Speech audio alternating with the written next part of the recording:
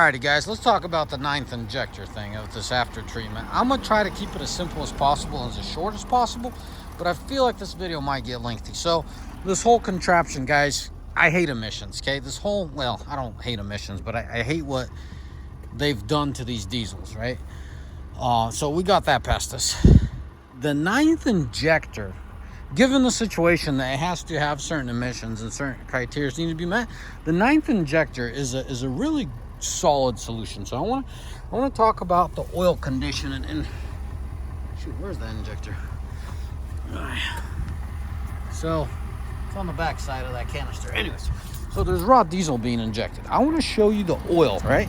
This oil has just a hair under 2,000 miles on it. What I'm going to do is shut off this engine and pull the dipstick to show you the condition of the oil. Guys, give me a minute. I'm going to do this video real quick.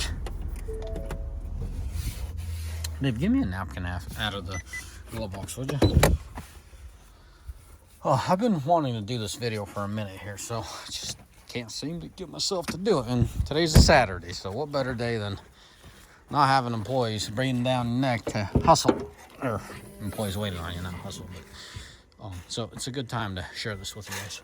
We're going to give it about 30 seconds to drain so we have more oil on that dipstick. I think the E-jar flaps or coolers or something's flapping off, decarbonizing itself. I hear it do it all the time.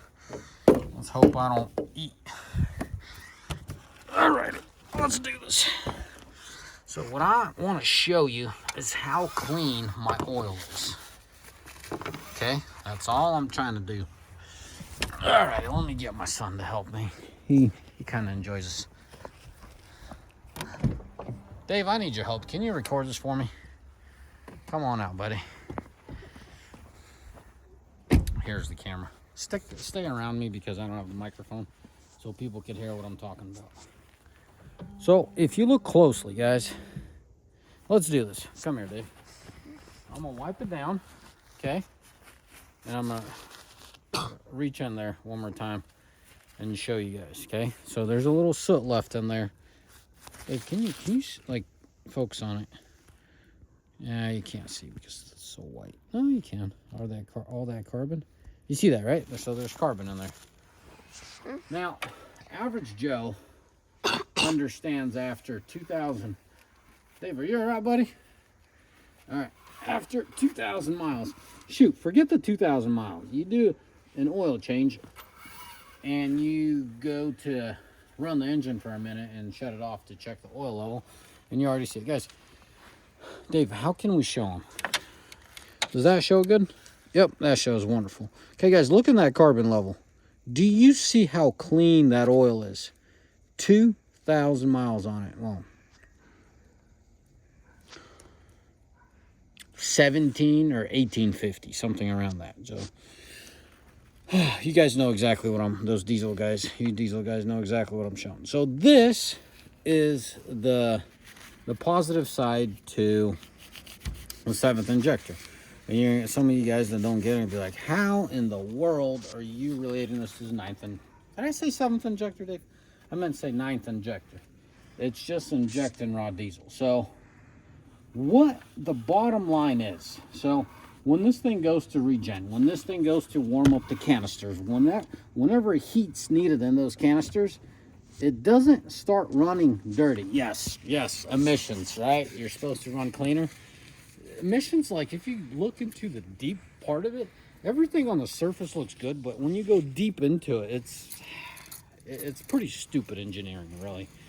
So on the bottom side of it, right, you're fighting emissions, you're fighting all this global stuff, but you're dumping more fuel to run cleaner, to clean out canisters. There's far better ways, and I'm not going to get into that, but just to make sense of this, if this thing did not have a 9th injector, here, Dave, I'll take over. You go back in the truck, stay warm. If this thing were not to have a 9th injector, whenever those canisters need to regen, stay warmer, it would dump more fuel, run dirtier, right? Have more fuel to burn off in the canisters for the catalyst, right? To warm up better. I know some of you guys are going to argue with me. but there's far better ways to do this. far more intelligent ways. And partially is the 9th injector thing, right? So now when it needs to warm up, it's not, yes, that is out of control. I need to clean this truck up. So now when it needs to regen and anything, it's directly back there. It just sprays that diesel in it, and your oil stays far cleaner. And I just showed you guys, so you guys can't argue. So anytime you hear a system with a 9th injector, far better solution for your engine. It's more money to do, right? You're running lines, you're running little chips and all that, and little modules to control all that stuff, and literally an injector with raw diesel dumping in there. Lord forbid you puncture that line, you're dumping raw diesel on the ground. So there's ups and downs, but the bottom line, it is a far more superior solution to heating up those canisters and helping them with all that. So yes, let me recap this one more time before I let you go. If this truck were not to have a 9th injector, in the time of need, when those canisters needed heat and need cleaning, and the way it cleans is it gets to a certain degree, it runs dirty. It runs with a lot of extra fuel going out the pipe. Like, it just blows my mind. That's how they solve this issue. It blows my mind. Yeah, I get it. They need fuel from somewhere. I'm